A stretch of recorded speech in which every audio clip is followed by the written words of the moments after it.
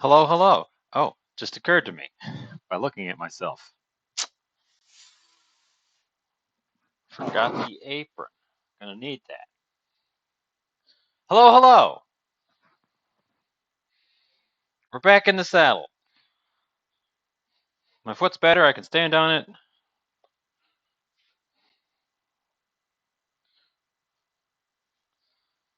So we're here.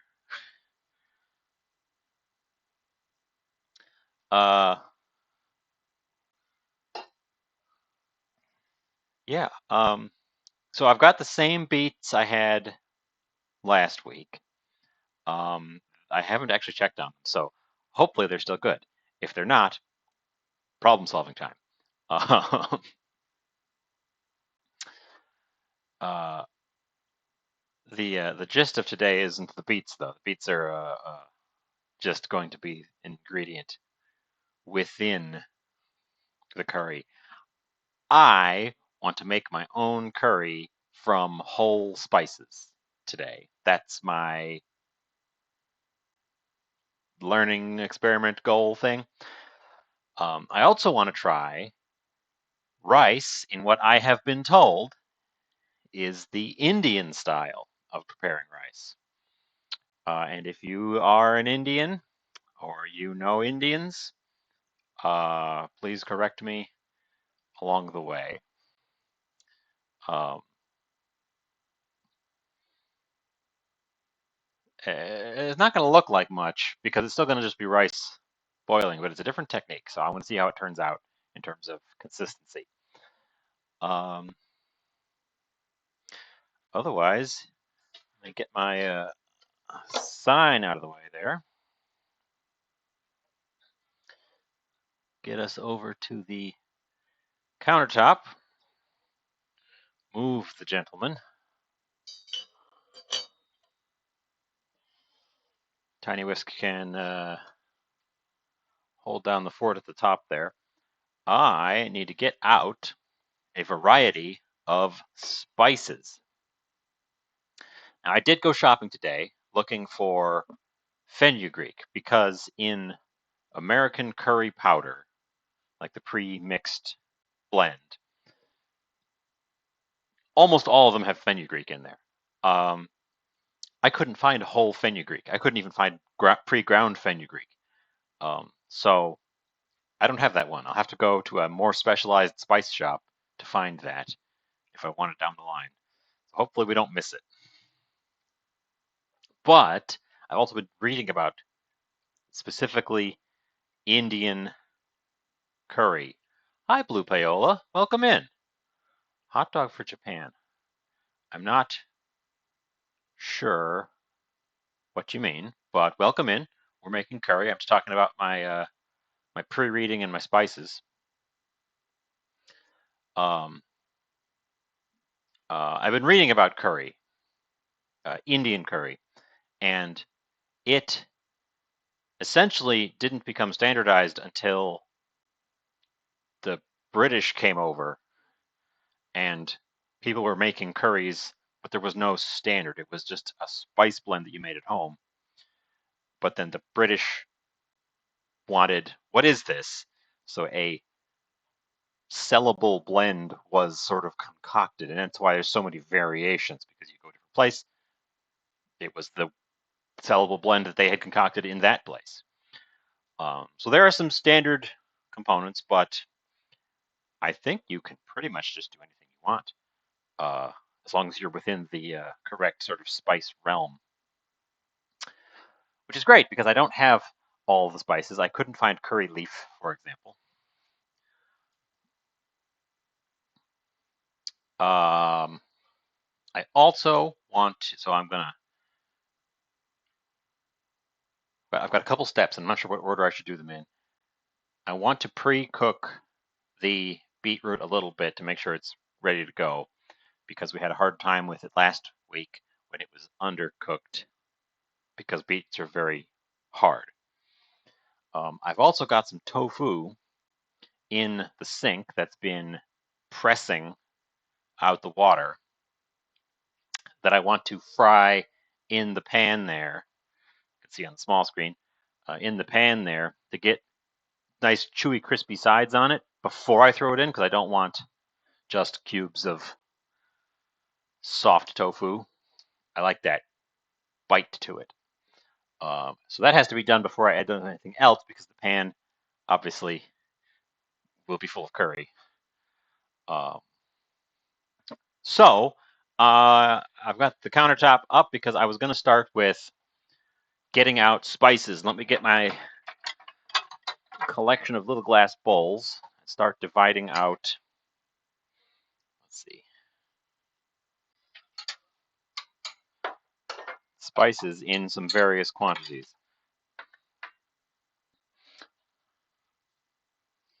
So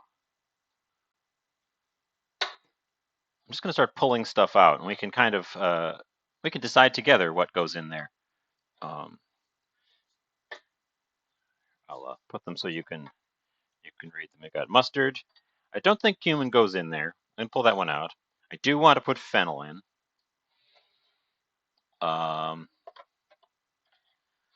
This guy doesn't have a label. These are coriander seed.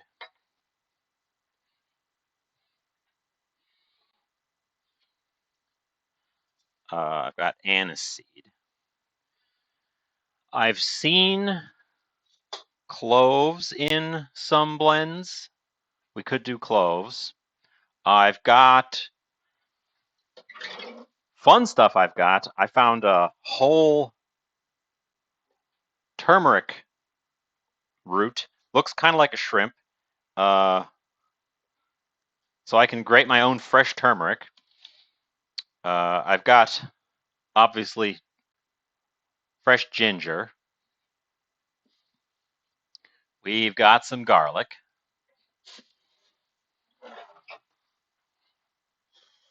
I've got black pepper.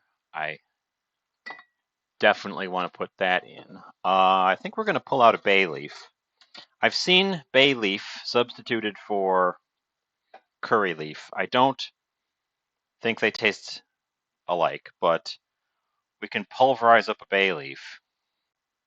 I can show you how to pulverize a bay leaf in the mortar.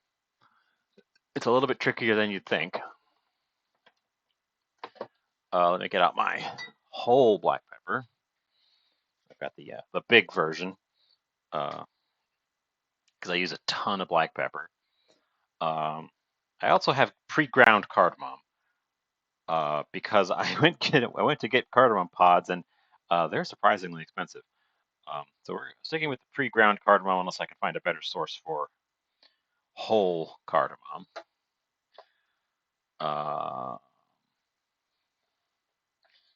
I don't need the ground turmeric because I got fresh turmeric. Allspice is one of those things that I see in blends a lot, and I think people just throw it in there.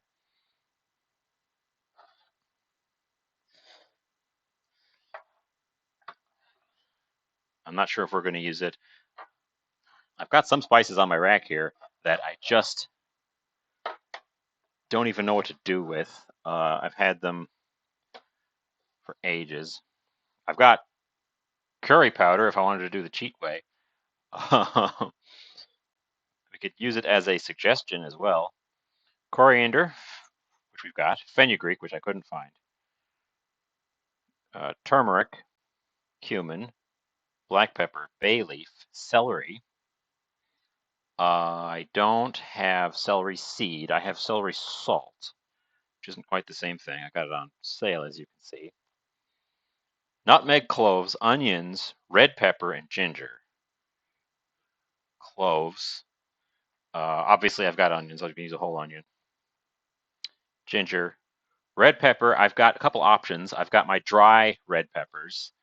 I could just chuck a couple of these guys in. Otherwise, I've got some ripe red serrano peppers here. They're quite spicy. When you're buying fresh peppers at a grocery store, take a peek for the ones that are just slightly turning off of green, and they will continue to ripen at home and take on this lovely bright red or orange color. and they become, as far as I can tell, more spicy as they do. They also don't last very long once they've turned that color. Much like a banana, that's the final phase of ripening. So we're probably just going to use up one of those guys, since they need to be used.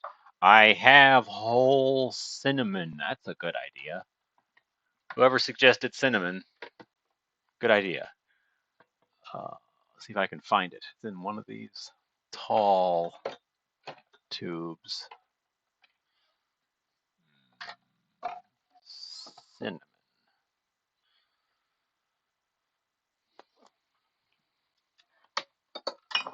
But basically, this is what you do with a curry. It's a million spices all thrown at the thing. A lot of warm spices.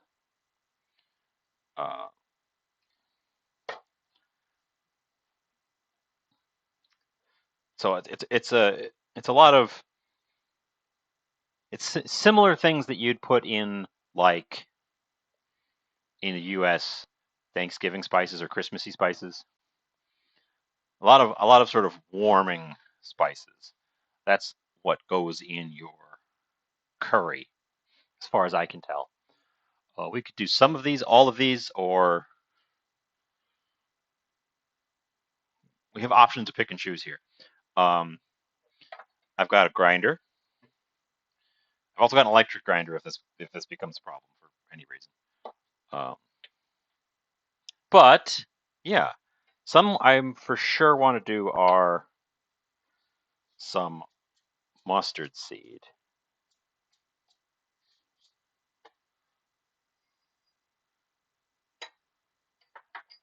Now, I'm not making a gigantic batch of this stuff, so I don't need crazy huge doses. I'm going to skip the cumin. We're going to put that one away. I'm apparently quite low on fennel, so this might just kill the fennel. Yeah, we're just going to kill the fennel. I will have to put that out as a reminder to pick up more whole fennel. Anise, if you're not familiar, is another one of these little nondescript seeds. It has by itself, it has a pretty strong licoricey flavor, and in fact, I only just recently learned that in the early days of candy making in the U.S., before the manufacturers knew what the heck they wanted to flavor their candies with, before fruit flavors had become common, they were using herbal flavors, and anise was one of those flavors. And then when fruit flavors took over and the herbal flavors fell out of favor, throw some coriander in this one. This is gonna be the ones I toast, I think. Um, quite a bit of coriander. That's a pretty important flavor as far as I am concerned. The herbal notes fell out of flavor. The aniseed flavored sweets got renamed to licorice flavored sweets, but the recipes didn't change. They didn't put licorice in them. They just flavored them with anise. And we still have some of those to this day. I would hazard a lot of the sort of generic black licorice flavored sweets in the US are just flavored with anise seed because it's cheaper and easier to work with.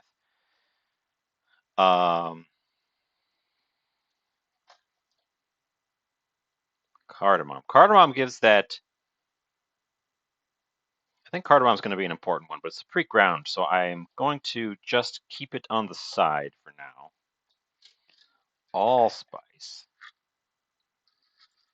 Do I want allspice? I don't think I want allspice for my blend here. Cloves. Cloves can be very overpowering. They have notes similar to the allspice. I am going to grab some cloves. The cloves are not going to be toasted. They'll go in the non-toasted bowl. I suppose we can set those guys aside since I'm currently dividing a toasted and non-toasted blend, and then there'll be a pre-grated one. We're going to pull out a cinnamon stick. We're not going to use a whole cinnamon stick. Actually, I'm going to pull out a little half cinnamon stick because I already have a broken one in there, because a whole cinnamon stick is a lot of cinnamon. That's probably honestly too much cinnamon. The little guy. Turns out cinnamon goes a long way. Celery salt. Again, one of those things I don't use. And I've also got fresh celery, so I don't know that I need the celery salt. Turmeric, ginger, this guy. Let's get on to this guy. So, if you're familiar with a bay leaf, they are the leaves of the bay laurel tree. They're this really hard, plasticky texture. Usually you'll see them chucked into a stew or something, and they cook. When they cook down, they turn into this just like sheet of inedible plastic. When they're still dry, you can break them. But they're these little flat shards, and they still don't really want to break down. You'll end up with these little plasticky shards in your finished dish if you just chuck that in. This is what I have done when I wanted to grind it up, and it takes a bit of elbow grease. You need an abrasive, so I'm going to throw some salt in with it. And then the salt lets the mortar and pestle actually grab onto the leaves.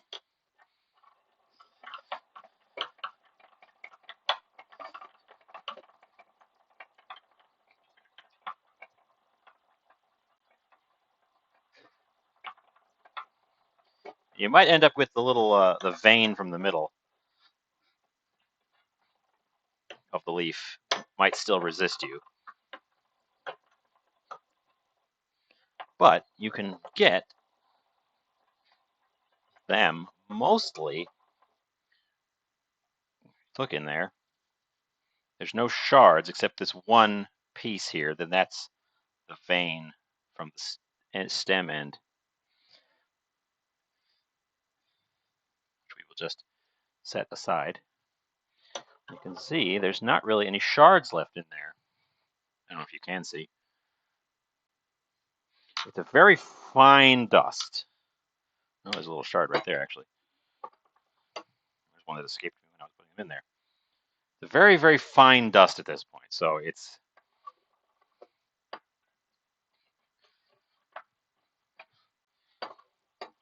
a little bit difficult to handle just because of its fineness. But it will disperse in our finished spice mix, in our finished dish, and you won't see those bits, and I won't have to fish out a bay leaf later on. I'm going to employ Tiny Whisk to help free it from the sides.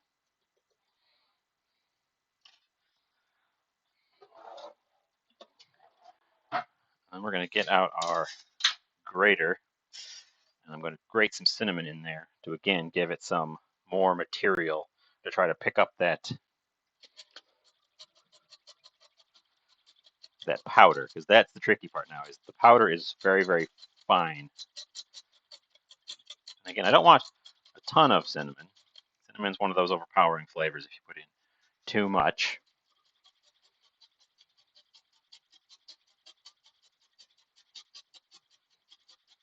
You can see I'm getting bits of cinnamon all over the place. But, ooh, freshly grated cinnamon, so much nicer than pre-ground cinnamon. I was lucky enough to find this jar of cinnamon sticks very cheaply, and it keeps extremely well because they're just hard. And oh, it's got such a nicer smell, stronger smell than that pre-ground stuff. There are a couple of shards of bay leaf left in there. I'm gonna let them go because I don't want to regrind this with cinnamon in there. So that's our bay leaf and cinnamon to which I'm going to add our pre-ground cardamom. Not too much.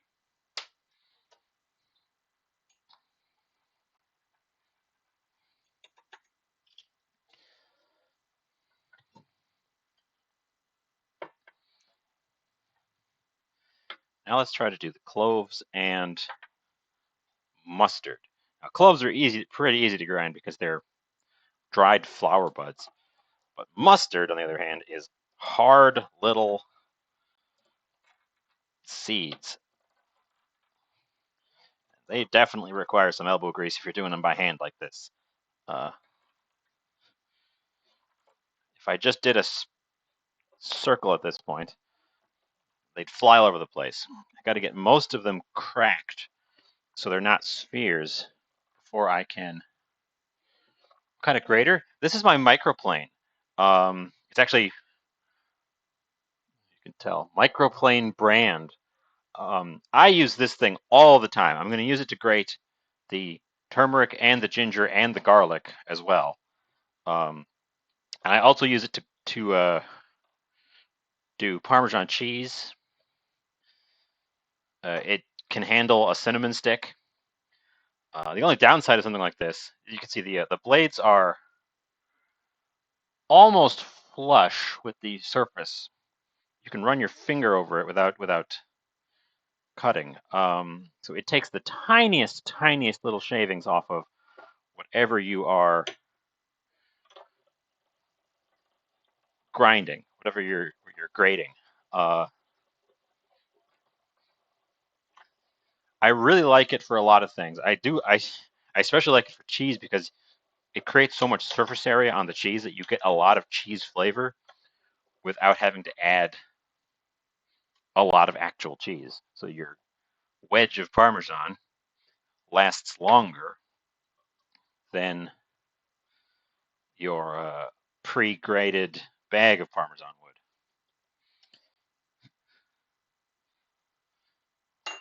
Add that guy there. Probably transfer that to the larger bowl. Transfer that to the larger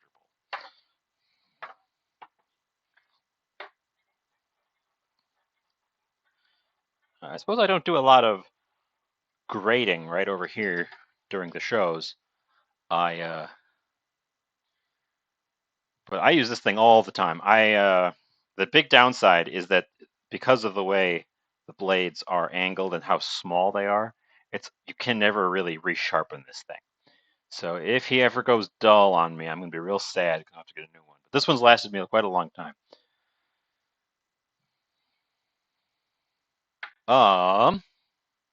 Spices. Let's get over to the stove. This is the pan I'm going to be building the curry in down the line. I think it's too big for my spices. So getting out there, and all my stainless steel has gone cloudy lately. But I'm going to toast off my other spices here in this pan, which just involves putting dry spices in a metal dish. I suppose if you have stone cookware, that would also work. Over just shy of medium heat. You don't want to go too hard. Spices will burn pretty easily. What we're doing here is waking up the volatile oils. And I almost forgot I was going to add black pepper to this. We're waking up the volatile oils in the spices, then that's where all the flavors are. And those flavor elements are going to come. Putting a lot of black pepper in. Those flavor elements are going to come out more if you toast them, and it's also going to change the flavor and give you even more of that warming, toasty flavor. But you got to keep an eye on them. You can't untoast it, and if it goes into burned territory, you're done, and you got to throw those spices out and try again. And if we do that, I don't have any more fennel, so so we'll be wasting spices. I suggest not wasting spices. They get kind of expensive if you just rip through them really fast. They're one of those things that are costly up front. Actually, I don't even have any ground fennel. They're costly up front, but they last pretty well, and you can use them in lots of different dishes. So, investing in a good spice. All right, I'm trying to clean up my spice rack, which is sort of tangentially behind the camera angle over here, since I pulled off almost everything from it.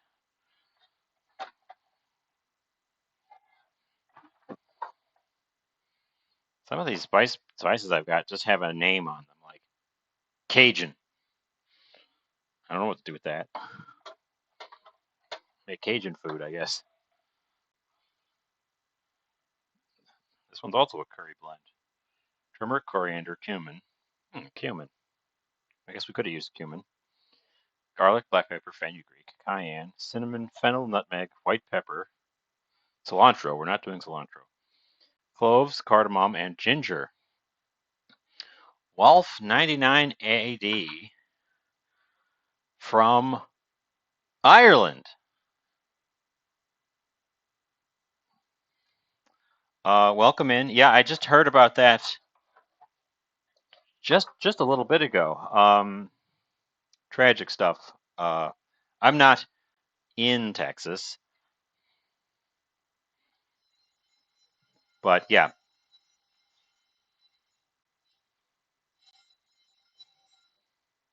Okay, my spices, you can't see it. They don't. That's part of the trouble. They don't look any different.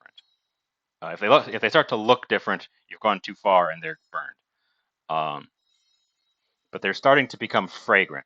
And I probably should have done the coriander and the black pepper in one dish and the fennel and the anise in another dish, because the different sizes I think are toasting at different rates. Because I think the anise and the fennel are done, and the black pepper and the coriander are not quite. So I am going to pull the whole thing off. But welcome in. Yes, I'm making curry. I'm making my own curry spice blend right now. We're going to take us back over to our countertop. Should have swept this up while the camera was turned away, but I guess I'll do that afterwards. Take our hot spices right in the stone grinder.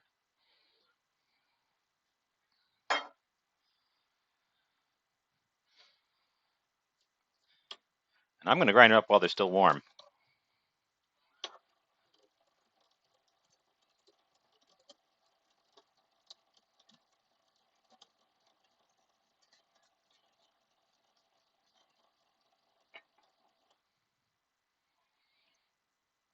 I personally love the hand grinder, but if you've got an electric grinder, uh, also perfectly good. And you'll never get a super fine powder like you would with a pre-ground spice if you do it by hand. You might be able to get that with a high-speed electric grinder. But I like the little bit of texture that this leaves behind, especially for some spices like Szechuan pepper.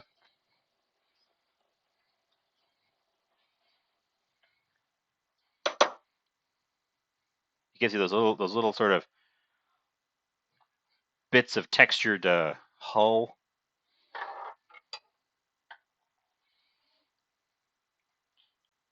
Get that guy in there.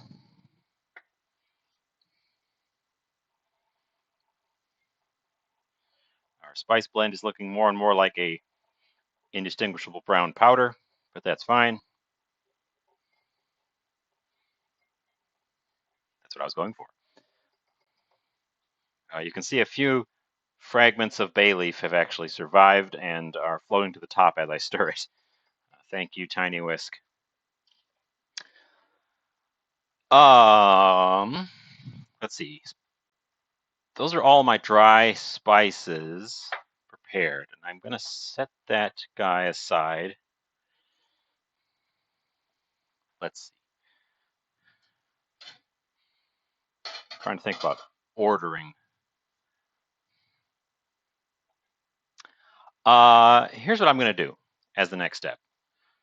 I'm gonna take all these dry spices, all the little spice bottles that you can't see, push them to the side. Get back to that and reorganize the spice rack later.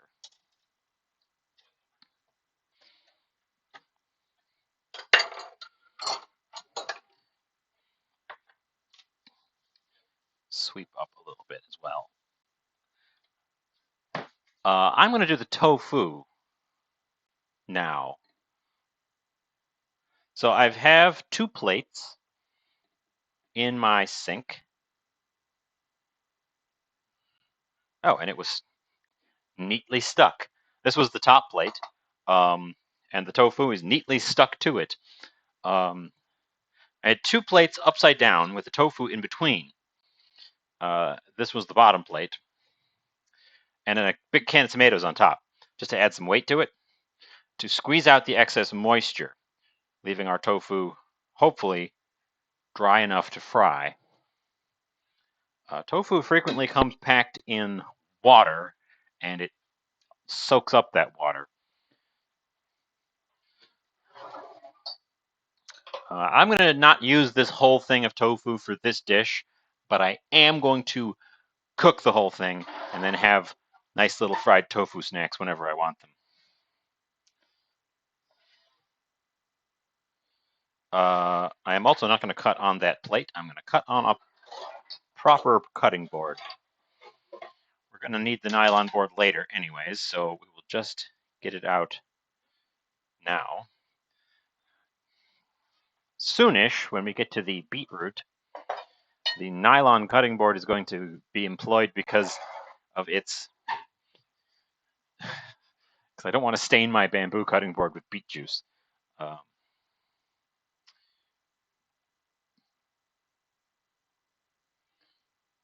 So this is extra firm tofu, which is the kind that I would use most often for this type of dish where it needs to be intact. I'm just taking nice big chunks off of it.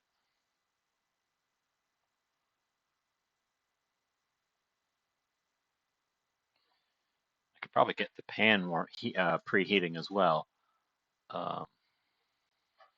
You aren't going to hurt a steel pan by putting some gentle heat on it, even if there's nothing in it.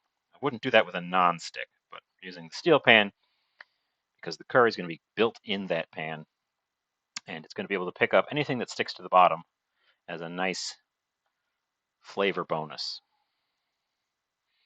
The stuff that sticks to the bottom of your pan is called fond, and if it doesn't burn, if you get to it before it burns, it adds wonderful brown, toasty flavor notes to your finished dish, or you can turn it into a sauce. Fond is the foundation, I believe that is the origin of the word, of pan sauce. We're not making a pan sauce, we're making a curry. But similar idea. Anything that sticks during my prep phases will get picked up because I'll be having some liquid in my curry, of course.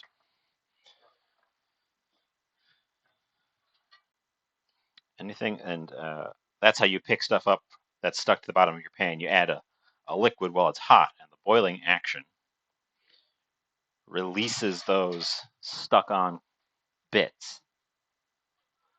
Let's get over to the stove while I put these in. I think we're going to do these in 2 batches because there's quite a lot of them.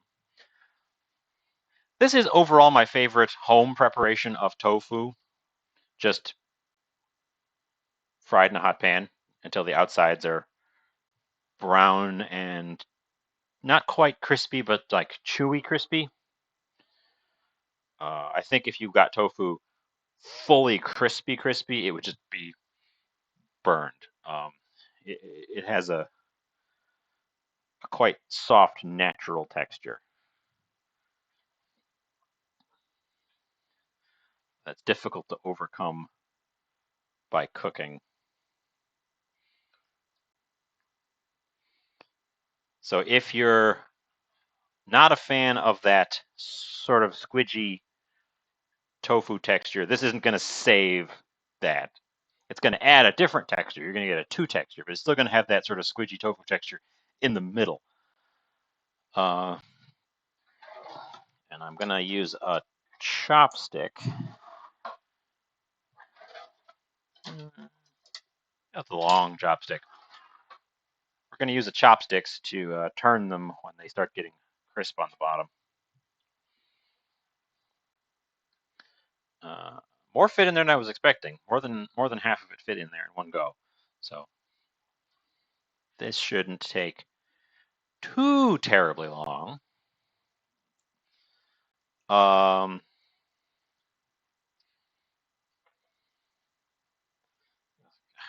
spice rack pulled every spice off my spice rack to dig out the ones I wanted to use, and it's just a mess.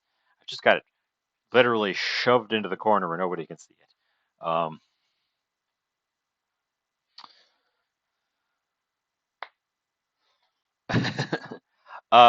going to keep prepping ingredients. I have decided, unless somebody objects, speak now or forever hold your peace. To use one of my red ripe serranos for the hot pepper component. I'll take the calyx end off. Now, the last time I cracked one of these open, there was hardly any seeds inside, but it was still very spicy. So I'm actually going to pull this one open and see how many seeds we got.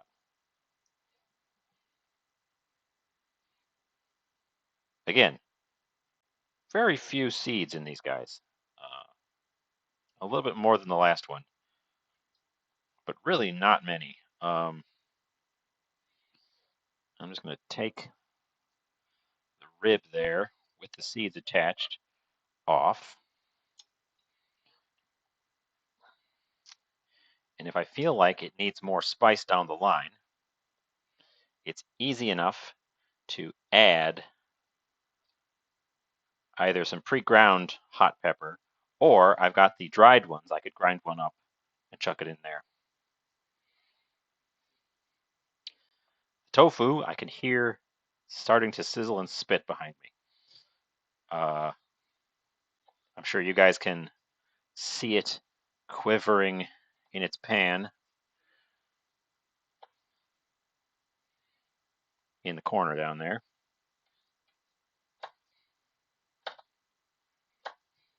Oh, there's a seed.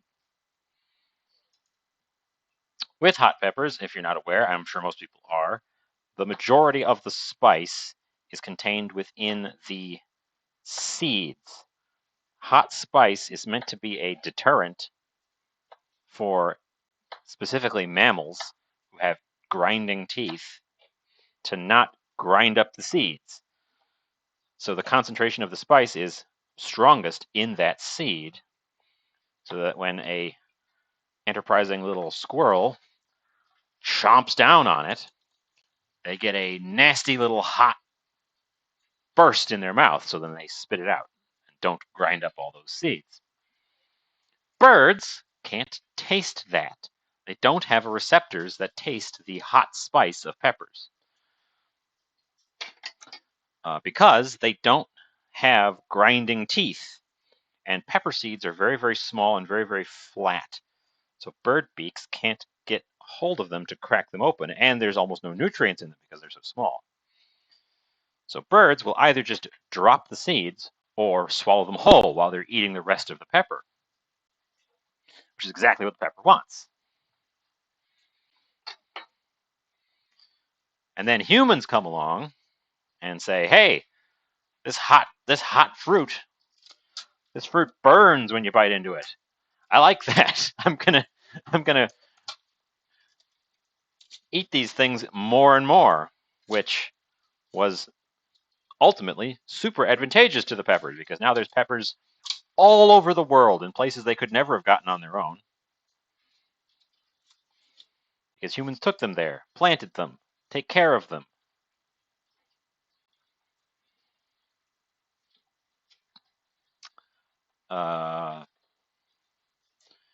Take a peek at our tofu. It's trying to stick, so I'm going to let it stick just a bit. Hopefully the bottoms release a bit as they become brown. I don't want to tear the chunks too much.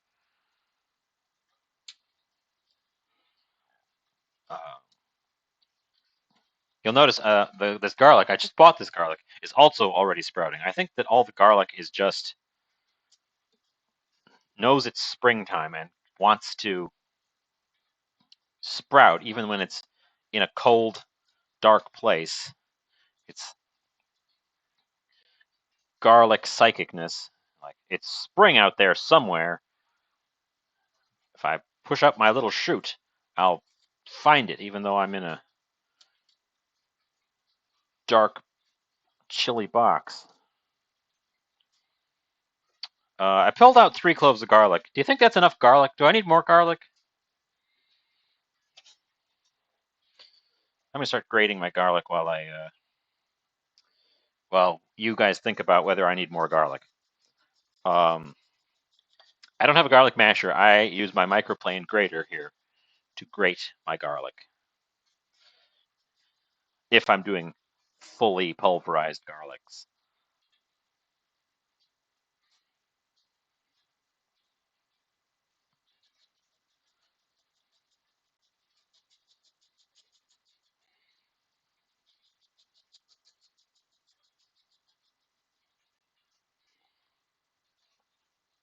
It goes through a clove of garlic like nobody's business. Not as fast as a one motion masher would, but still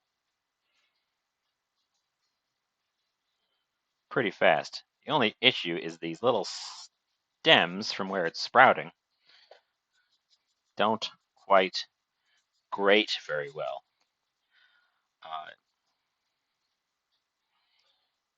You should always do your garlic around 10 minutes before you want to use it. Let it rest in its mashed state to maximize those garlicky aromatic compounds. They're created when you crush up the garlic's cells, and they get more intense the more crushing you do and the longer you let it sit there, to a point. They'll start to weaken. They're volatile, so they'll start to weaken if you try to preserve them, which is why pre-crushed garlic, like a garlic paste, is much less garlicky. Let's go back to the stove, and I'm going to attempt to flip these guys, and they are very stuck. So I'm going to get underneath it with a thin edge of a spatula. Okay, well, this has not worked because these guys are just glued on. How do I get those off of there?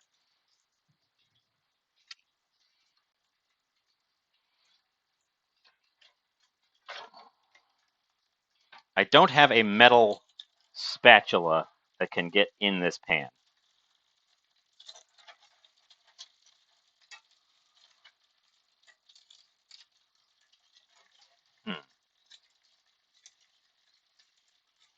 I can just get them off with the plastic spatula, but they're just going to stick again on the other side. Huh. It didn't do this last time I made these. I'm not sure what I did different.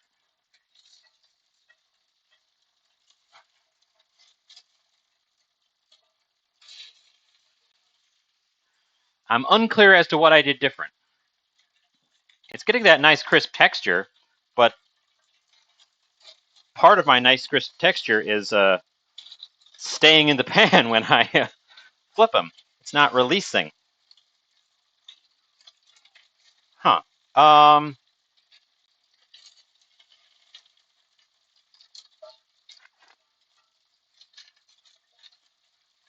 And it's immediately sticking on the other side as well.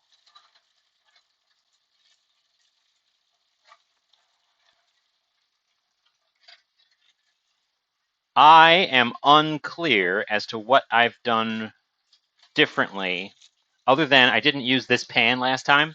I used a differently shaped pan. I'm wondering if it might be too hot.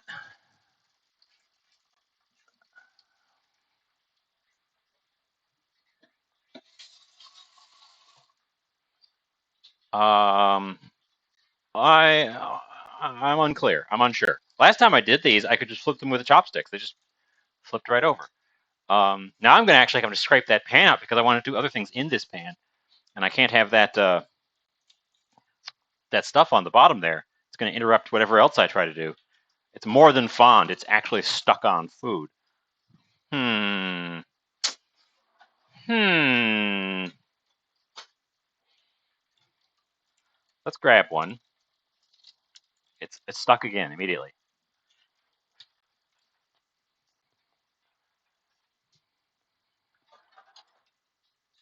Well, it's got good flavor and texture. I'm going to have to pull those out of there just entirely because I need to scrape the pan off now. I'm going to take the heat off.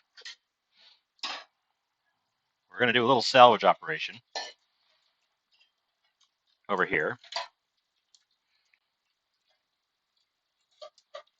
Hmm.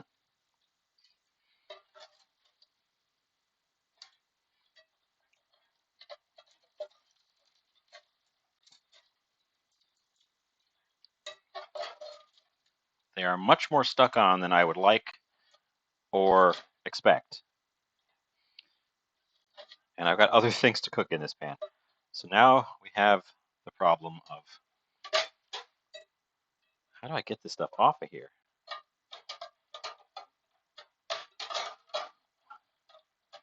Okay, well, I can get it off of there. It's going to end up in the finished dish as crispy textural elements, I guess, because I'm not throwing it away. But yeah, that's a little unfortunate. I guess I won't do the other the leftover bits there in this same pan because this is a bit of a pain.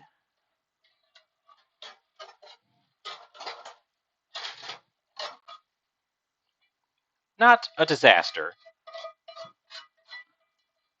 but a little bit of a pain. Hmm. Well, lesson learned: don't use this pan for that.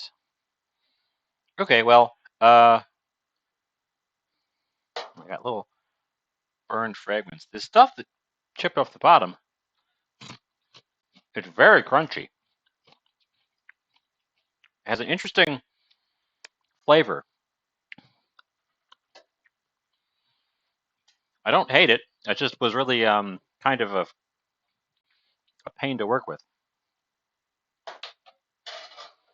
Okay, heat back on. Since I lost some oil to that scraping maneuver, I'll re-oil the pan just a bit. Of course, the pan's already hot, so the oil is just going to slide around. No trouble.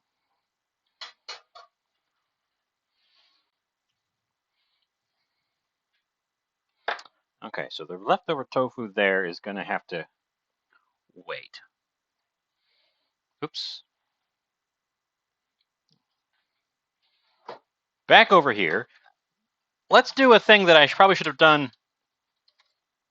right when I started, which is take a look at the beets from last week. There's one of them. It's got a little bit of white fur on the side there. That's not a good sign. So it's also soft to the touch. This one's nice and firm to the touch.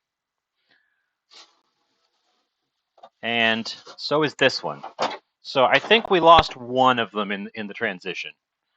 I'm not even going to cut into this guy because he's soft to the touch and he's got some fur on him. So that one's just going to go in the bin right away, straight away. A little unfortunate, but they were extremely cheap beets, which is why I bought a bunch of them.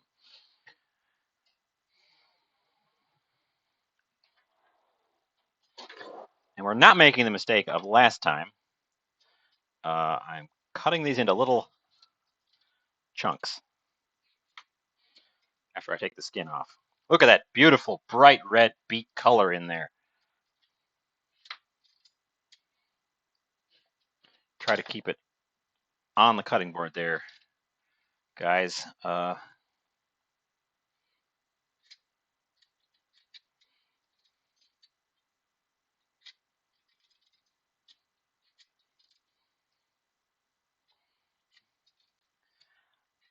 Beets are one of those things that I wish they were more popular so that they would be more available so that I could have them more often. Because I like them, but except when you get them in a seasonal availability, they're a little bit pricey for what they are, which is just a root similar to other starchy roots. And I get a lot of people don't like the earthy. What is that knocking sound? Oh, it's me leaning into a partially ajar cabinet door below the cutting board.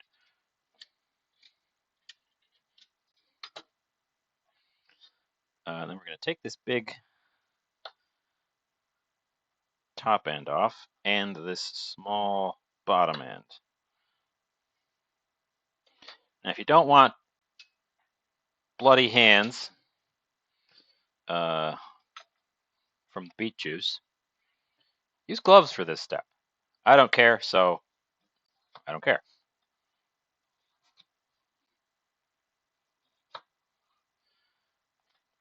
I love the color of these things.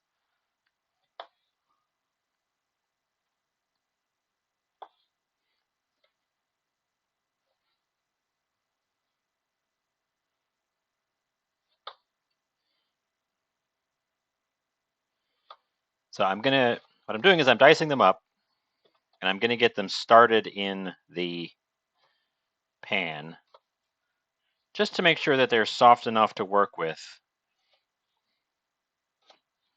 down the line when I want to eat them.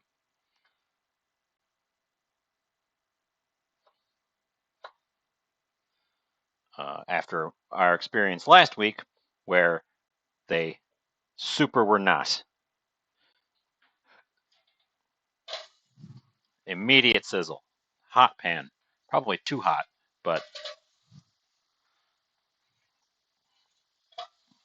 chucking them in. I'm going to save the other beet. I think that's enough beet for my purposes today. We are going to wash my hands off before I touch anything because of this red stuff will get everywhere.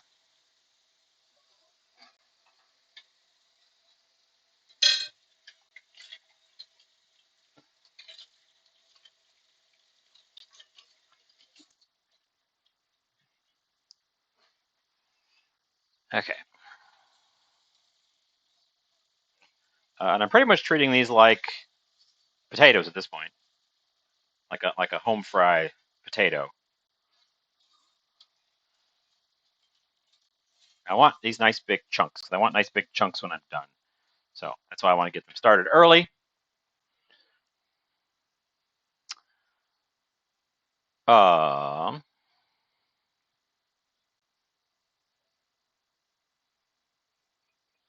nah, shave the skin off the end of this turmeric. I've never done turmeric whole like this. I've always bought it pre-ground.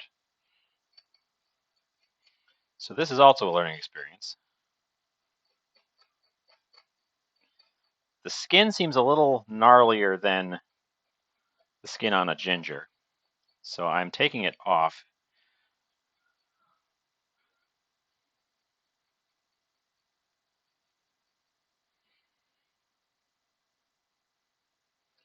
Actually, it's hard to get all the way off. Just take that end off entirely. It's less juicy than a ginger. It's very dry root.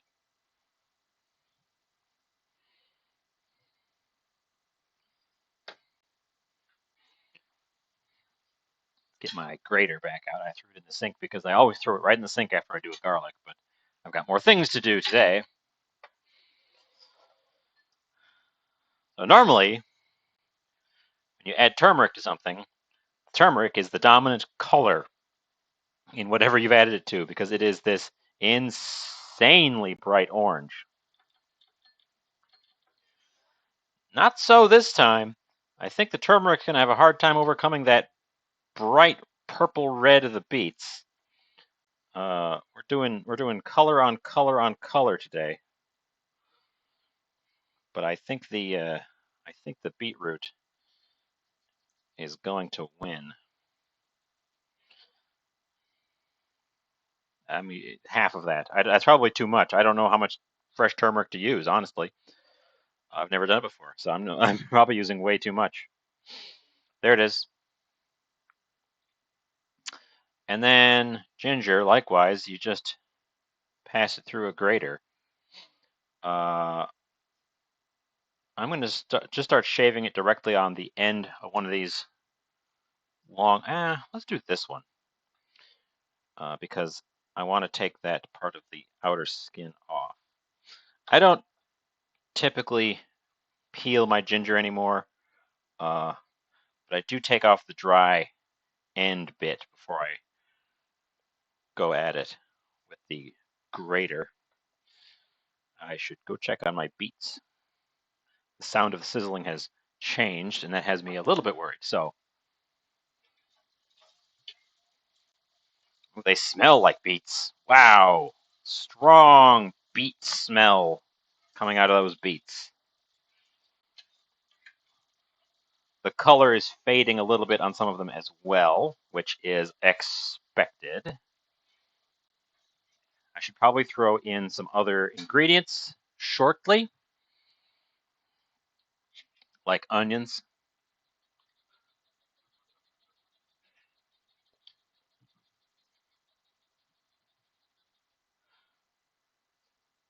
This ginger is actually very hard compared to other ones I've had. I got it from a different store this time. Ooh, but it's a pungent ginger root, so that's a good sign.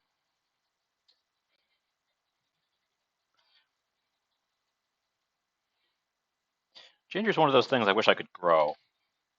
Because I've heard you can use the shoots for things as well, but that would require having ginger shoots, which I don't have.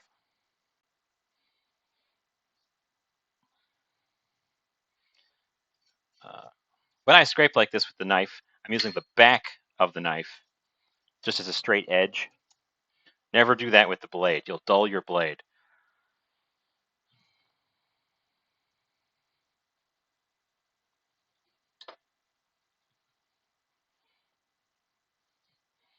Okay, that's probably enough. Oops. In terms of the fresh spices.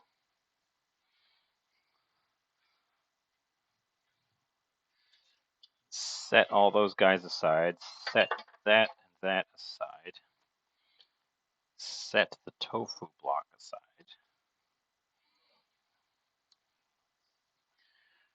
We're going to scrape down my now very stained cutting board. I'm chucking an onion in with the beetroot to get started.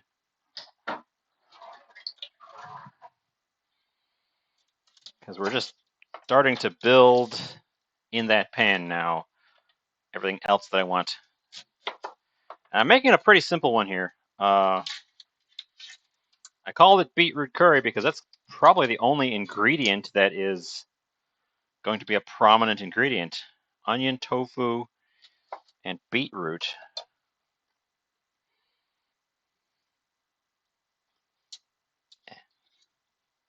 Sometimes you get an onion and the skin just doesn't want to let go.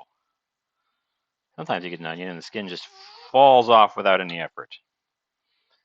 I'm going for a pretty chunky cut of my onion here. In the pan.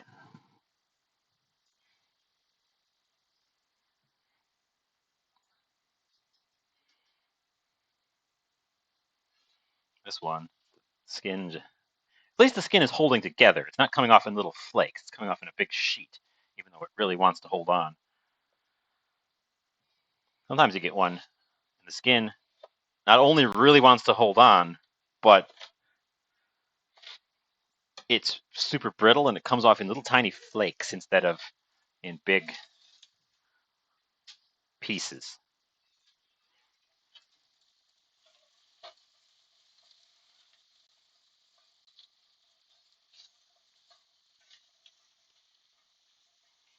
Okay, let's get the onion softening up. I didn't put celery seed in here, so this would be my chance to put in whole celery. And I think I'm just going to not do that. I think I've decided I'm just going to not do that. And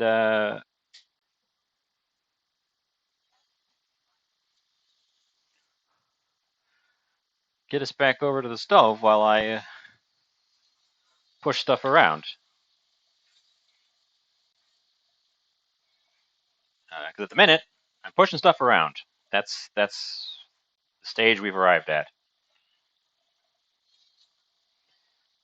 I like nice big chunks in my curry, personally. So we're sticking with a big chunky curry. And then we're going to be adding our various spices to this once these bigger pieces have gotten a head start on the cooking. I do have a bell pepper. I could truck in some bell pepper for some color contrast. I'm going to do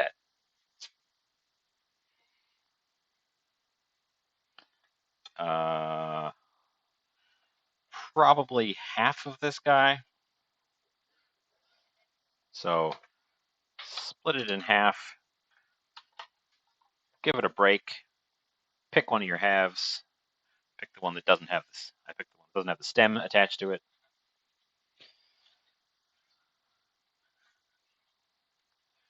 Cut that middle bit out. And then just big, chunky chunks.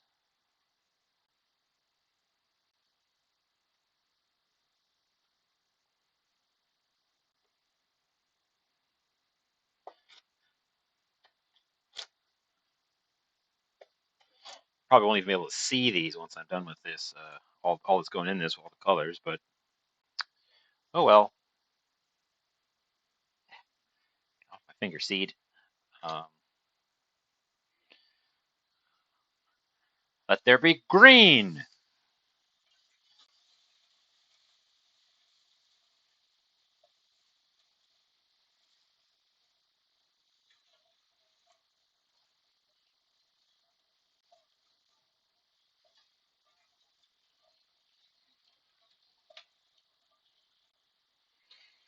Okay. That's going to sit and think about what it's done for a little while.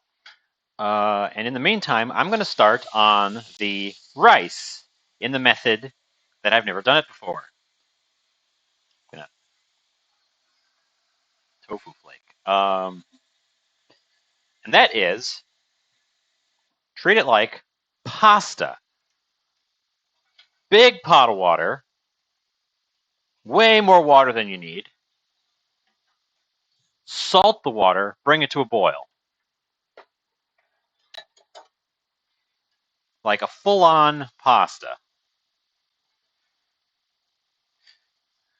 My understanding is that this is the standard in northern India, possibly all of India. Please correct me if I'm wrong. I could talking up my ass. And interestingly, in the study of rice cookery, the soils in the north of India have an abnormally large amount of arsenic in them, which comes down from the Himalayas. There are big arsenic deposits in the Himalayas, and as the Himalayas erode, they release arsenic that gets into the soil in India. Rice is very good at leaching arsenic out of the soil, but it doesn't leach it out and get rid of it. It leaches it out and deposits it in the rice grains. So if you grow rice in arsenic-rich soil, you get arsenic-laced rice, which isn't great. And the Chinese method of cooking your rice in just enough water so that when the rice is done, there's no water left, does not remove that arsenic at all. This method, on the other hand,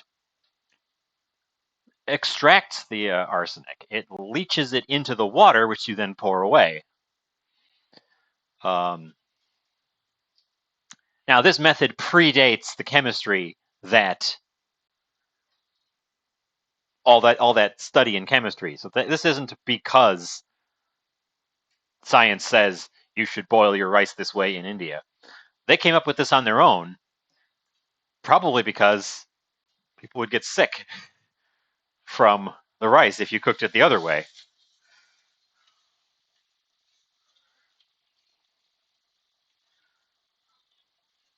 I've never done it this way, and it sounds like heresy compared to the way I've always been taught to do rice, but just recently I've discovered this. I've heard of this, so I wanted to give it a shot with my own attempt at an Indian flavored dish as well, which is this strange curry of beets and tofu, which are not very Indian things. So that stuff's over there. We're gonna move all of our spices here. You can just barely see my table back here, so let's put the spices right where you can see them on the edge of the table there.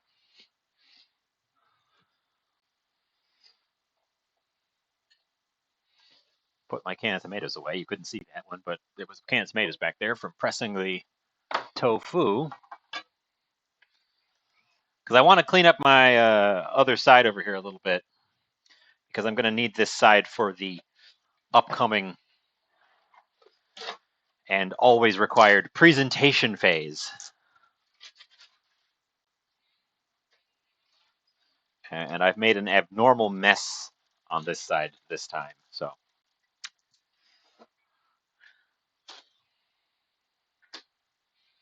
I had an alternative today as well, if all of this ended up being too much of a hassle, or if my beets were dead.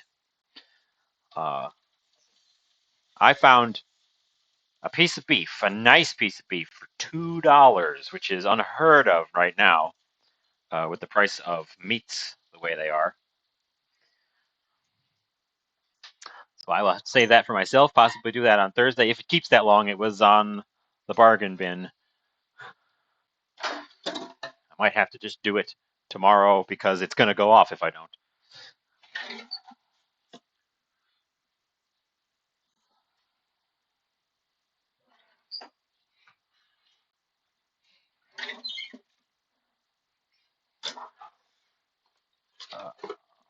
Let's get now that I've cut the ends of the turmeric and ginger, I'm afraid they might go off because it's not winter cold on my root cupboard anymore, so I'm going to have to throw them in the fridge.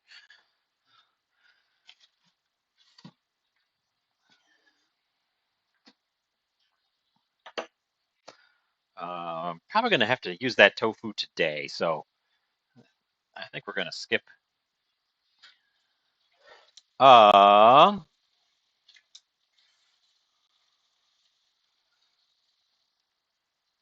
Okay. Let's grab a knife. Just use this one I've been using for all these things.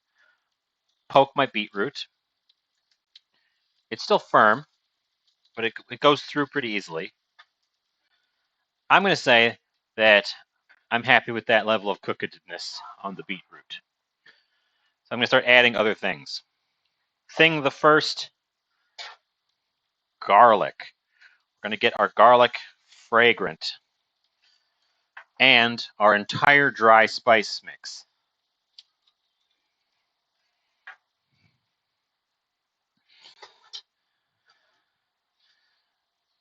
And some salt, which wasn't in my...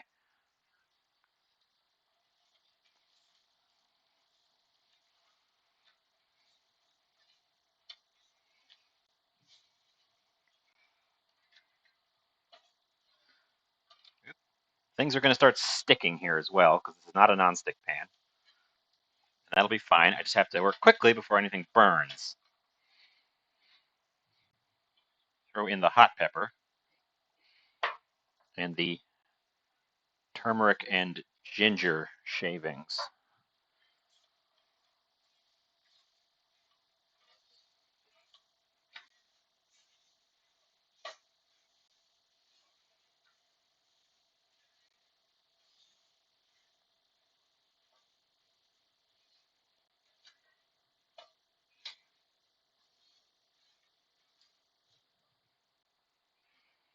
And here's the fun part that I should have gotten ready ahead of time.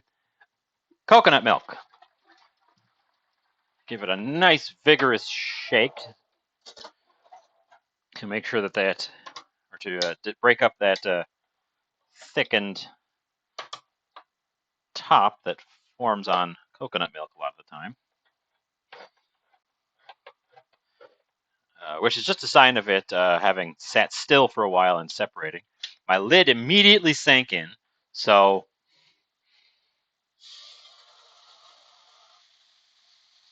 I'm gonna have to. Here it is.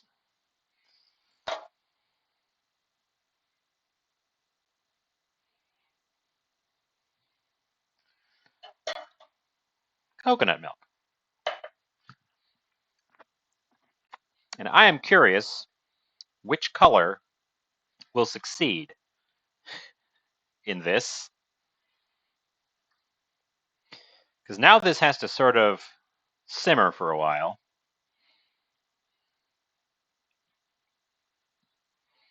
And I have to keep an eye on it. And that's it. That's what we're doing with our lives for a bit, which is why I started the rice, because I can also work on that and keep my eye on that. Our rice water is at a full boil. I will be making 1 cup of rice in that giant pan.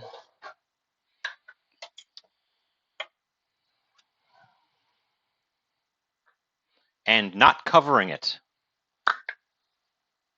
Not even rinsing it.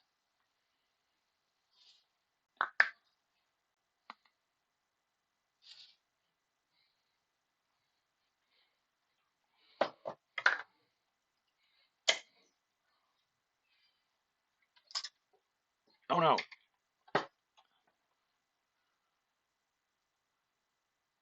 Okay. I just caught the cable from my countertop camera.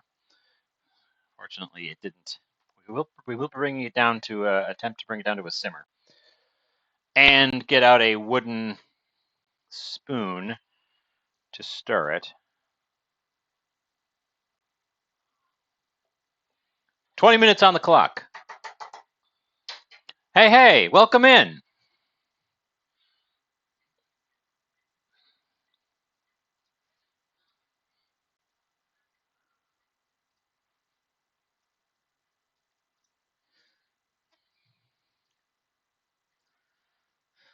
Just in time to make me or see me put the rice on.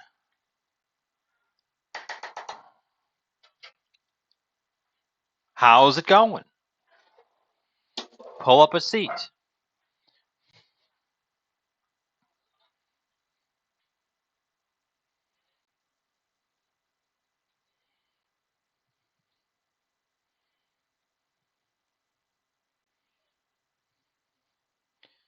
Well, the pink is definitely coming through already in this.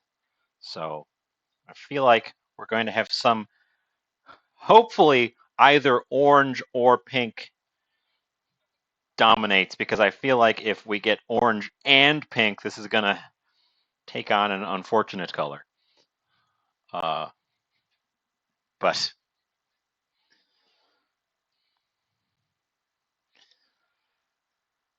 oh no, don't worry, don't worry. The whole point of a show like this is you don't have to catch the whole thing. We've already had a bit of an adventure. My tofu squares stuck quite badly, and I scraped the bits off the bottom. The whole bits are going in. The cooked parts are actually quite nice, but they don't have that crispy outside that I was looking for, because the crispy outsides stuck to the pan and didn't stay on the squares. So I did something wrong, but flavor's good. I'm not going to add those quite yet because they're already cooked. They're going to be more of a textural element to this.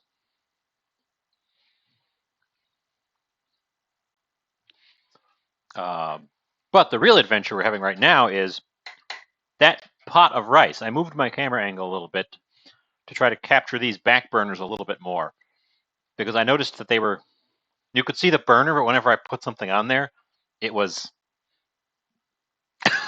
getting cut off. We're not doing the rice cooker because I'm trying to make rice in the Indian style, which I oh, all right, tofu bit. Only recently learned about, which involves essentially treating rice like pasta and cooking it in a large quantity of salted boiling water, and then draining off the water that's extra.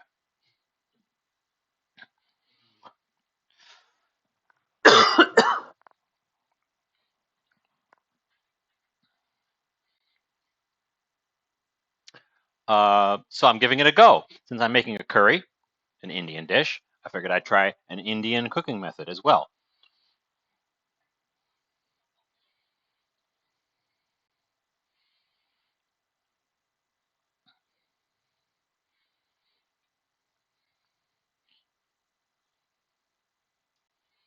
Uh, uh, on that thought, though, I do definitely want to have my strainer ready, because I'm going to have to strain it out. And we're going to have to use the fine mesh because I think the rice will go through the larger colanders. So, yeah. Um,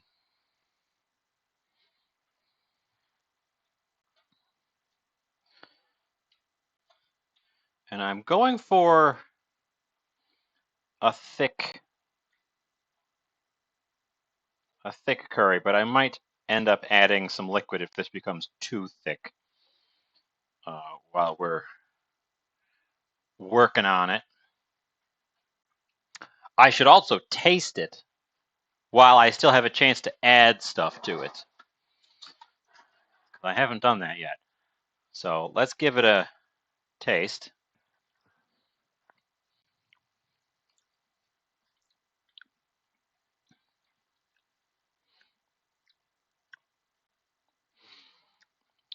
It needs more time.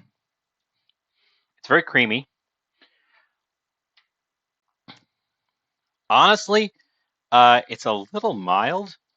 I might zhuzh it up with some of that pre-blended curry powder I've got, just to kind of wake it up a little bit more, because I don't want to go through the effort of grinding all those spices again. And I've got one of these little pre-made curry guys. Um, I'm not tasting the turmeric at all, which is strange because I added quite a lot of turmeric. What you missed at the beginning was I made my own spice blend from whole spices from scratch. We had whole turmeric, whole ginger, all these whole seeds. I couldn't find fenugreek at the store. Um,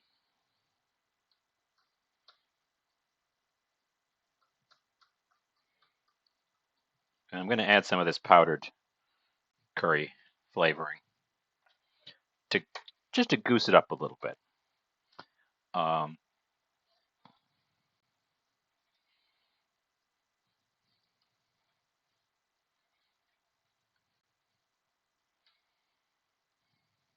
I think fenugreek is what is missing from the flavor, honestly. Um,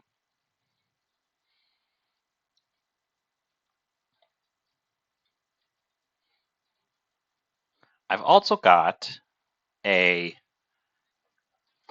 oh God,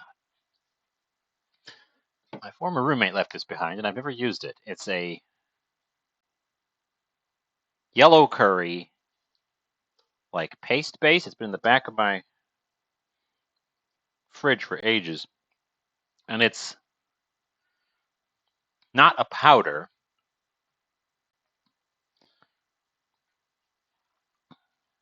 It's like a paste, but you can see the fibers of the spices that are in it. I might just add a bit of that. Let's, where's my tasting spoon? Tasting spoon. Let's give it a taste first. I did add something to it.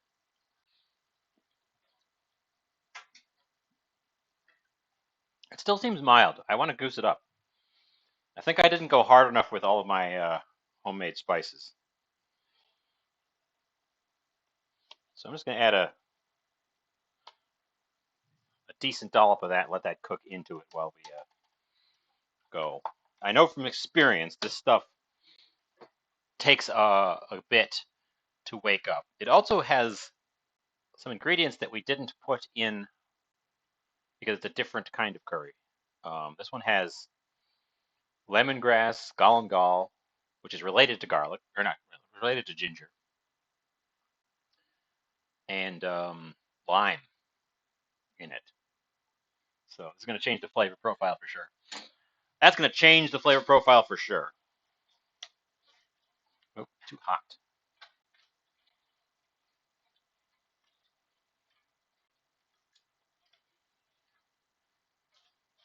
We're sticking at the bottom a little bit. I think we're becoming a bit over thickened, and I should add some liquid since it needs to cook a bit longer. I will do that using the coconut milk can because I can also recover some of the coconut milk that was stuck to the side of the can. So I'm going to add a generous dollop of liquid to that because it's got some time left.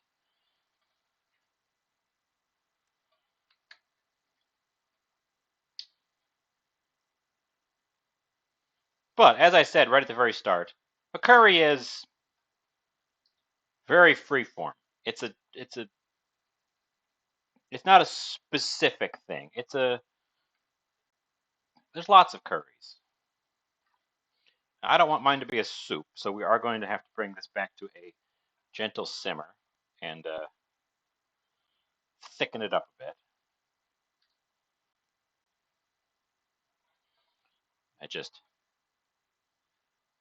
know that it's going to have to cook a bit longer than it would have survived with the amount of liquid it had in it. Oh, I was on the wrong angle there. I also don't know how long to do rice like this, so I set a timer for 20 minutes. Um, but I should be, first of all, I should be stirring it around to make sure it's not sticking. But I should be taking this out and checking it as well. So let's take a couple out and see how done they are. They're a little stiff still.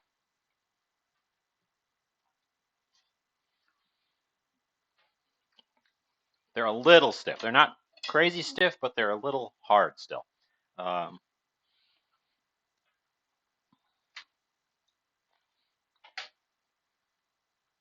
So definitely more time on those.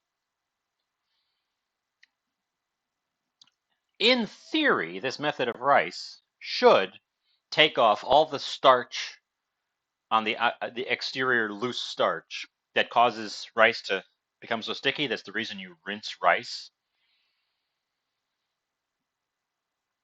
without having to rinse it. Now, I probably could have rinsed it to make sure, uh, but since the soluble starches are dissolving in the water, and then the water is going to get poured away, this should give us a nice individual rice grains.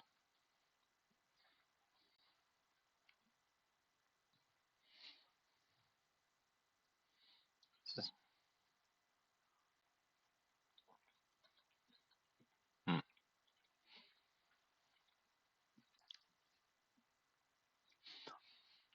Leftover raw tofu for snacking is not the nicest. Um.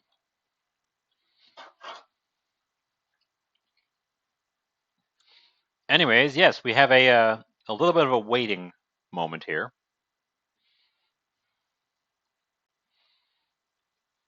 I'm going to save the rest of this tofu and try to figure out what I did wrong that made it stick so hard. But I will do that on my own time. I feel like it might just be the fact that it's that pan, and that pan, even well oiled, just doesn't work for trying to fry tofu. Um,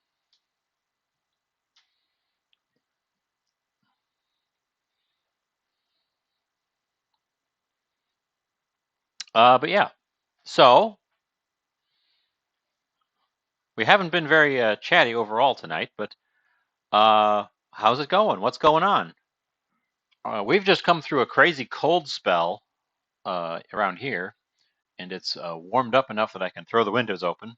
Moved all my potted plants had to come and hide inside because the nights were so cold that they were at risk of getting chill damage, especially the semi-tropical stuff that I've got. And I've managed. It's gotten warm enough at night now that I can put them back out and leave them there.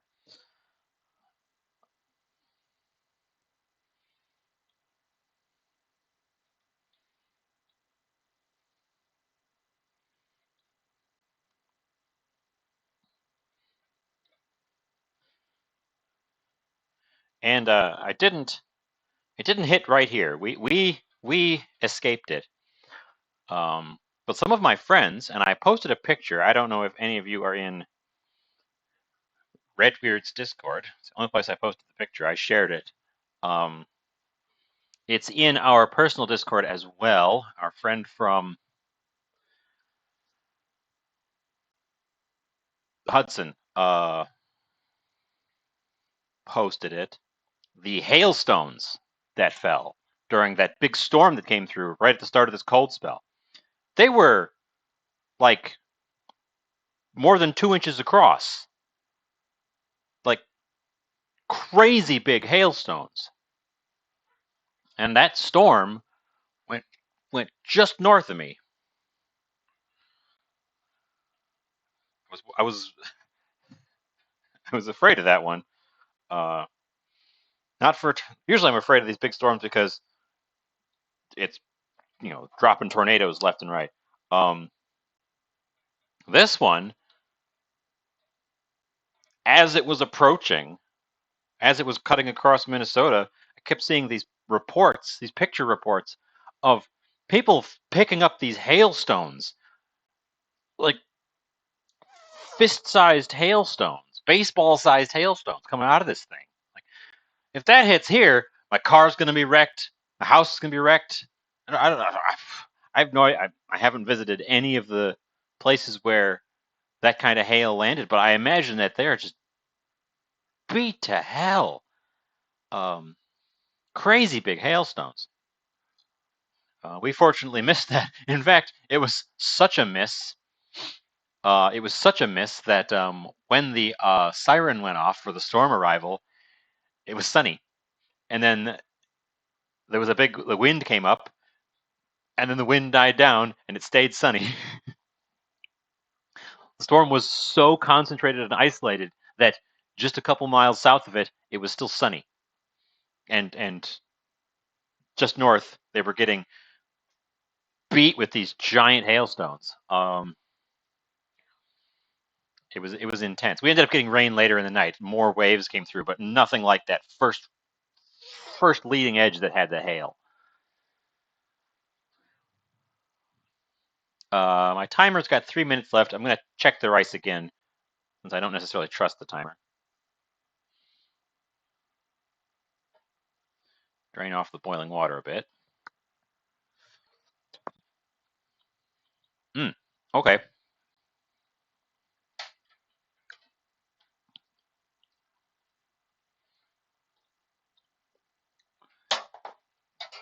It's cooked through, so I'm going to stop my timer. We only got through 17 minutes, which is fast. Heat off, timer stopped. Drain my rice.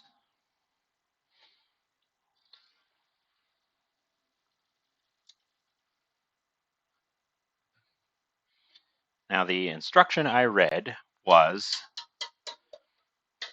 drain it and let it rest in the colander as is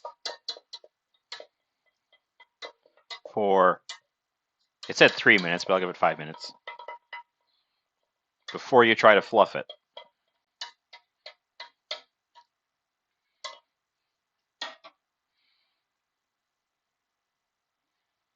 Doesn't look like I lost any through the holes. This is what it looks like. It sure looks like rice.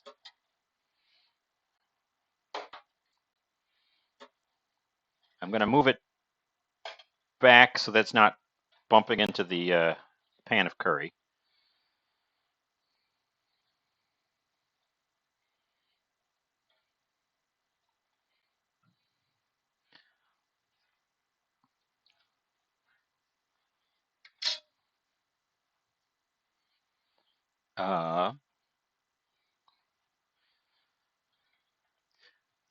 Curry takes just about the right amount of time for what I want to do with a show, but a lot of that time is letting it slowly bubble away. So it's nice to have a side experiment with seeing how this rice turns out, because if this rice ends up being a disaster, which I don't think it is, it looks pretty good.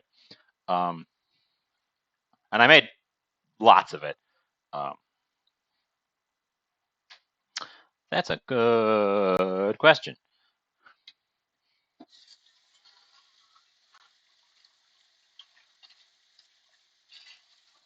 Get my tasting spoon back out.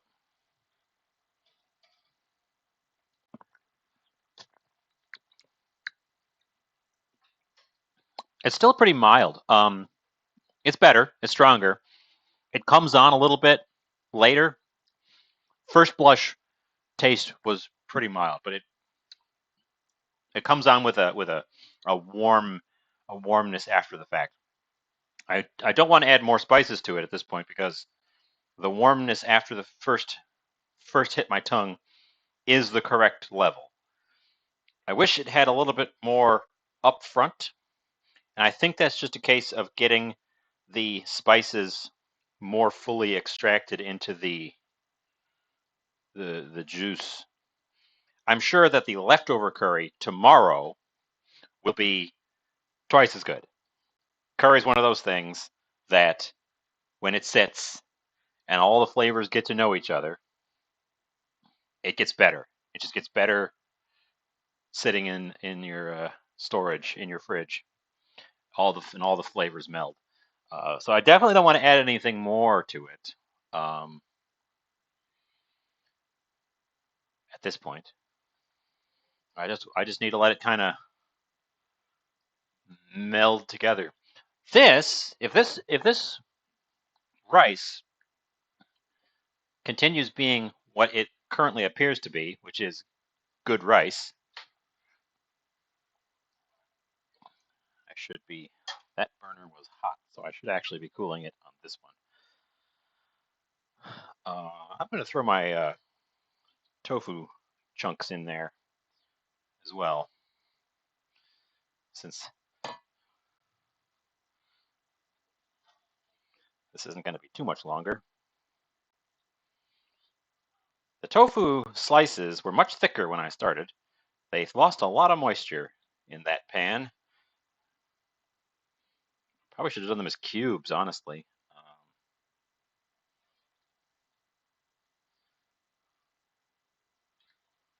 But then I would never have gotten them unstuck. They would have been a total disaster. But this might be my go-to method for rice if this works out as well as it has, other than the rice cooker, because it was faster and it didn't involve any pre-step. And wow, it's fluffing it with a spoon, but it's not sticking together at all. It's nice, fluffy, individual grains of rice.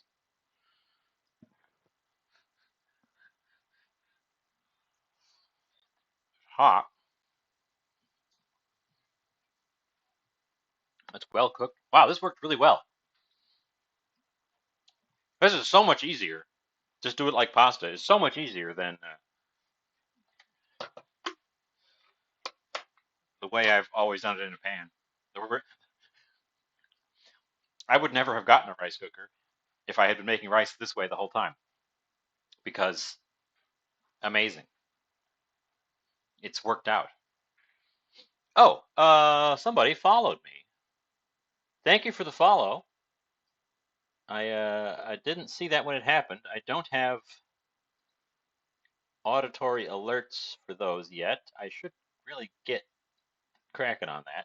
But thank you for the follow. I don't want to call people out, but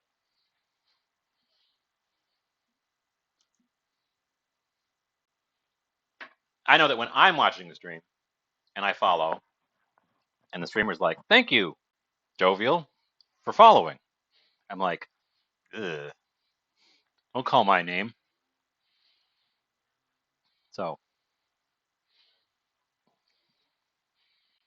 but neat.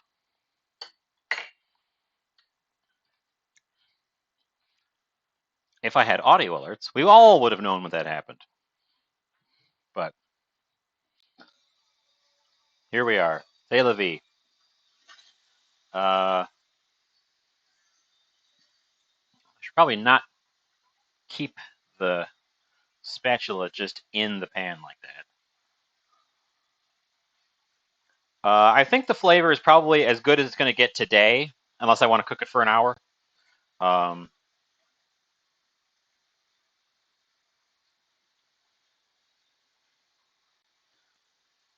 I need a. What I need is a small dish on which to put the spatula when it's not in there.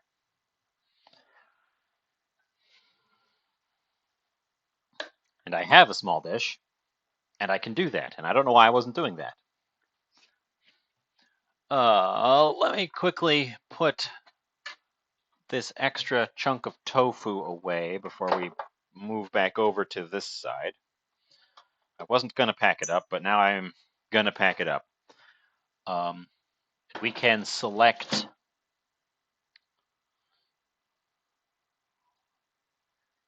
a plate for this. Let's get back over to the countertop while that's bubbling away. We have some options for our plate, as usual. There are two options this time, though, because this is going to be a little bit soupy. Option one is these brown guys. I've used these several times. They've got some depth to them. They're not super big. They're a good like one serving. I can really fill the bowl up, get a heaping, and it's still just a nice one serving. It's not. The container is appropriately sized. The other ones that I use a lot, are these big white guys. And as you can see, they are substantially larger. Not just the wider rim, but the middle. And if I really fill this guy up, it's way too much food. So if I use this one, I have to have a controlled serving for it. And I can see merits to both of these. The big white plate obviously has very restaurant look to it. But white rice and curry, the white rice will blend in. Okay, that's one vote for the brown one.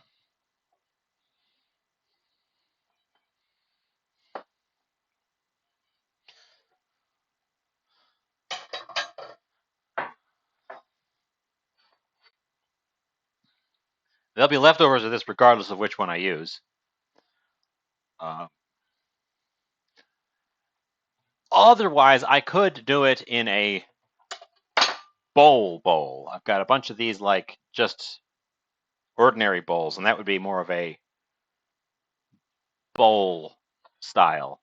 And they come in, the one I just showed you, blue, green, and square. Square being a color now. We're keeping an eye on the curry over here because I don't want any of it to burn to the bottom if I can help it.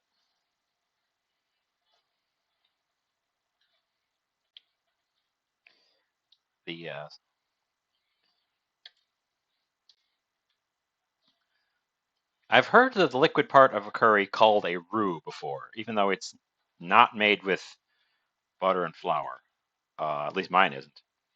So I'm going to call it that right now. The roux here is the thickness that I want it to be. So I'm going to take the heat off. It's not going to benefit any more from additional heat. It's going to benefit more from sitting and letting the flavors infuse. We have one total vote for the brown one, so we're going with the brown one.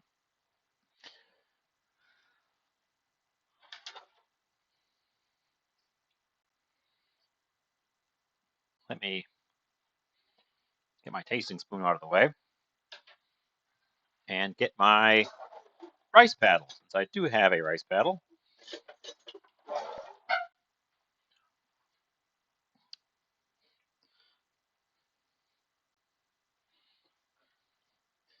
This is what the rice looks like up close. As you can see, it's not sticking together at all. It's done a very, very good job without any rinsing of maintaining nice, fluffy grains of rice. I'm going to serve this in the Japanese sort of half and half style because I really like the picturesqueness of that. It's also not dripping water. It's steamed up here, but that's just steam from the bottom of the rice. It's not dripping at all, so it's also pretty well dried up, which is nice.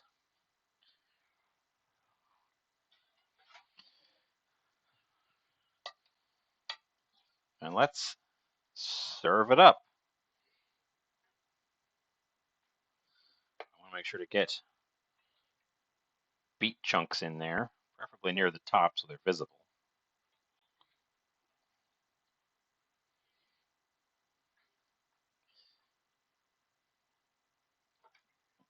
I have always liked this half and half service style for curry.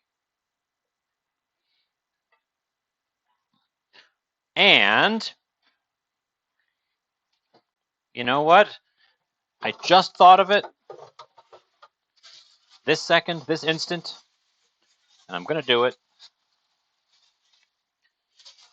I'm going to do a green onion garnish.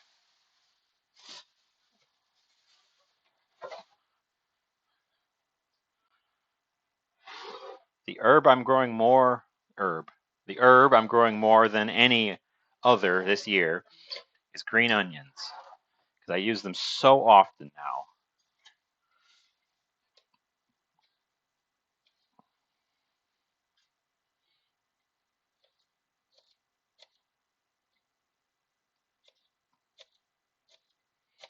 and then I will just take the rest. I'll use part of this to garnish that, and then I'll take the rest and just mix it into the rest of the curry there, and it can add a fresher oniony note to our finished product for the leftovers tomorrow. Curry leftovers are among the best leftovers.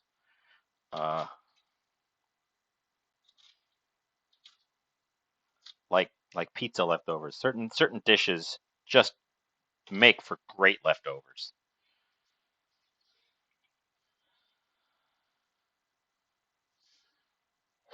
So do a garnish, kind of scatter on both sides.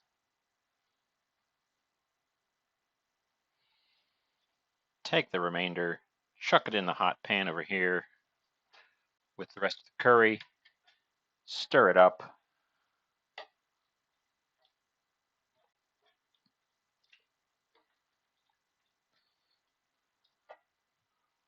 And wowee, look at that. We've made a curry.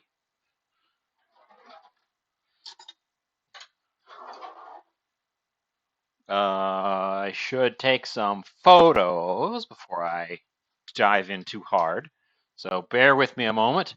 Gaze upon its magnificence while I go find my camera.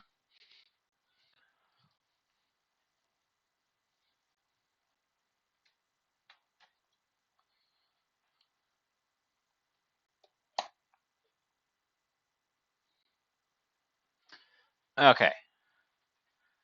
I'm retrieving it to the other room for photos.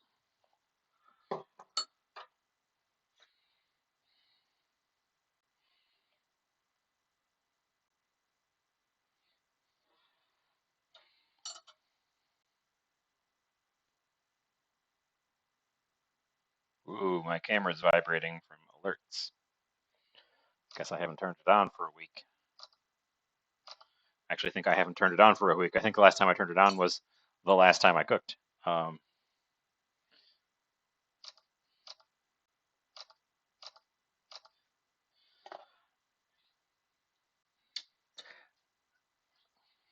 we're coming back, and coming back, and we're coming back. I'm a bit surprised by the color, actually. It's a rich, almost like cheddar cheese orange, and I think that's because the red from the beetroots has melded into the orange of the turmeric to make a very like cheddary orange. Um, I'm a bit surprised, disappointed that it wasn't more like crazy red. Um, as it is, it's just kind of a more intense orange, which doesn't quite come through on the camera there. You'll have to tune in on my Twitter or one of the many Discord channels I posted it in to see the glamour shots down the line. I know red and yellow make orange, but I was hoping, I was partially hoping, partially expecting that the intensity of the beet juice would overwhelm it and turn the whole thing beet red. It didn't do that. It turned it kind of a nice orange. Let's give it a taste. I did taste it along the way, so it's not going to be a huge surprise, but I tasted it without any of the chunks. I was just tasting the liquid, so make sure to get a piece of beet, a piece of tofu in there.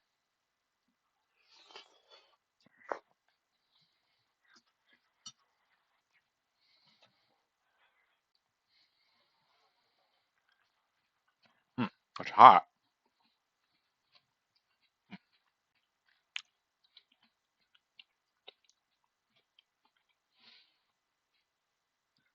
For the amount of spices I put in there, it's actually surprisingly mild. I don't hate it. It's good. It's good flavor. It just doesn't. It's not punching me in the face. It's got quite a lot of peppery spice. Not these guys. Not chili pepper spice. Black pepper spice. I did put quite a bit of black pepper in there, and it shows. Um, The other spices are a little underwhelming. I think I was just winging it. I didn't measure. I measured literally none of the ingredients for this, except the rice. So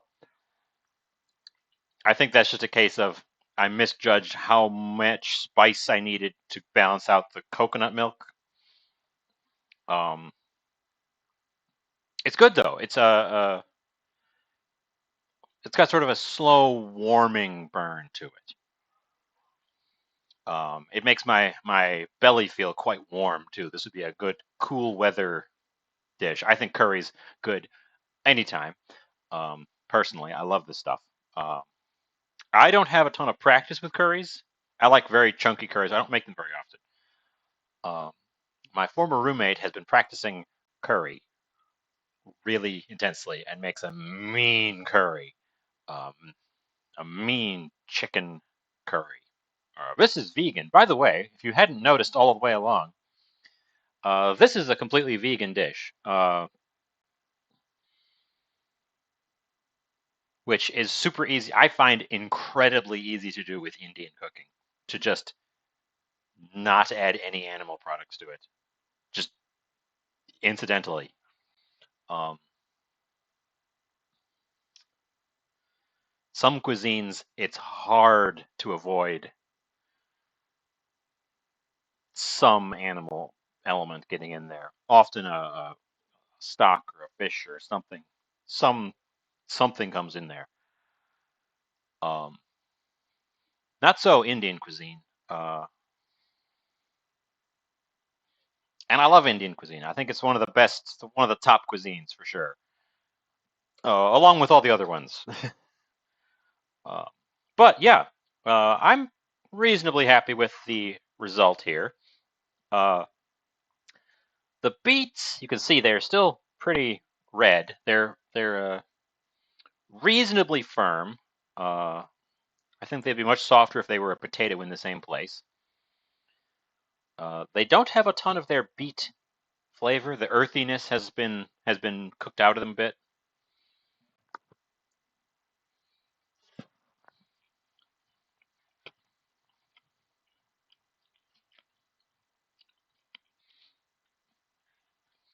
But if I take that one big chunk and bite right into it, I still get some of that. The sweetness of the beet comes out. Actually, come to think of it, this is a pretty sweet curry that I added no sugar to. That just occurred to me because the sweetness here has to have come from the sugars in the beets and the onions developing as I cooked it. Huh. Well, there you go. Anyways, I did a learn tonight. A couple of things. Number one, that method of cooking rice is easy and extremely effective. Um, I'm going to do that more often now. Whenever I need rice that is nice individual grains, as you can see, they just come right apart. Nice individual grains of rice. That's going to be my go-to method because that is so easy. Whenever I do it in the rice cooker, like even when I rinse them, they kind of stick together. Not so with this. This is revolutionary. The rice is revolutionary. The curry's pretty good. Um, I'm not sure how I would make it super red next time if I wanted to, uh, other than more beets, less turmeric.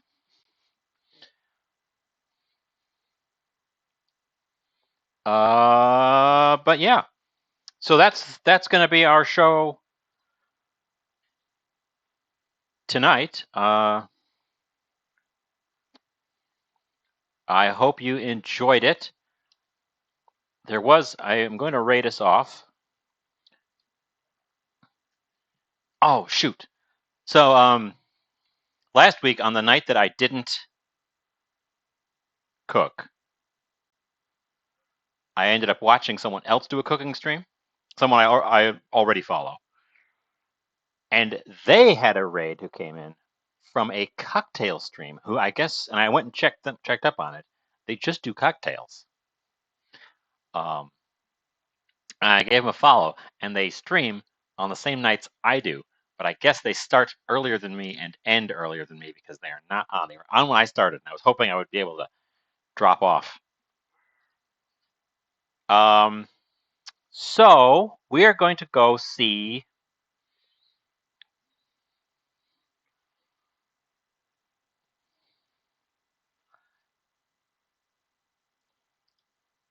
I don't know what this game is. Oh, I know what that. I know what that game is.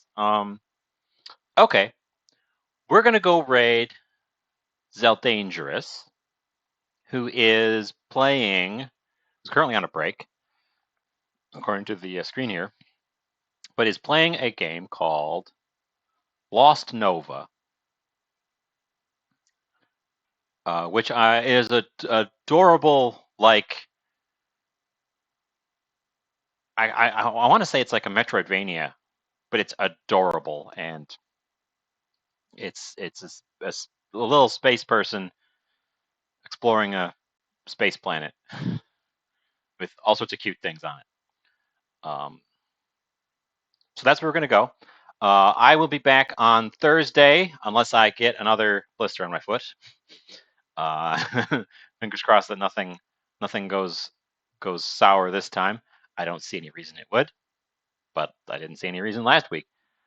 Um, so I'll be back on Thursday. I don't have anything specific in mind for it. I've got another beat to use up. We could probably do that. But yeah, thanks for coming out.